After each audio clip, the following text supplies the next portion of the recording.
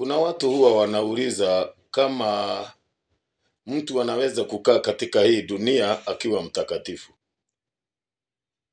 Kama kuna mtu anaweza kukaa dunia hii bila kutenda dhambi. Kuna kitu ningependa uelewe. Mtoto Mkikuyu ambaye amezaliwa Uingereza, akakulia Uingereza, akaishi Uingereza ni mzungu. Mtoto mzungu ambaye amezaliwa upande wa Turkana, akalelewa huko Turkana, akawa mkubwa huko Turkana, akaishi huko, ni Mturkana, ijapokuwa asili yake ni mzungu.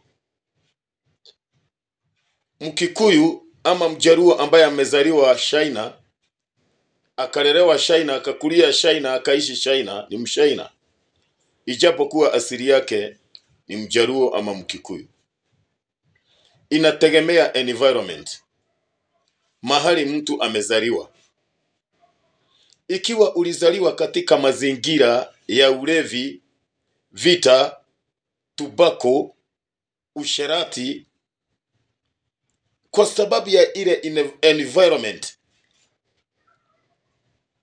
utakuwa tu ukijua hayo mambo.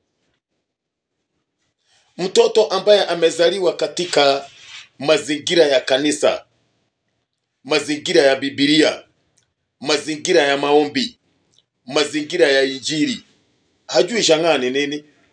Hata ukimwambia stories za shangaa na kuuliza shangaa ni mnyama gani, kwa sababu ya mahali alizaliwa.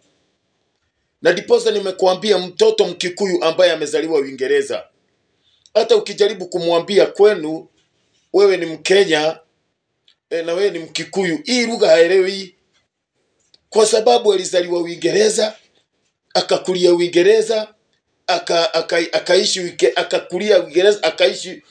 Sasa hii mambo ya ukimwambia hataelewa.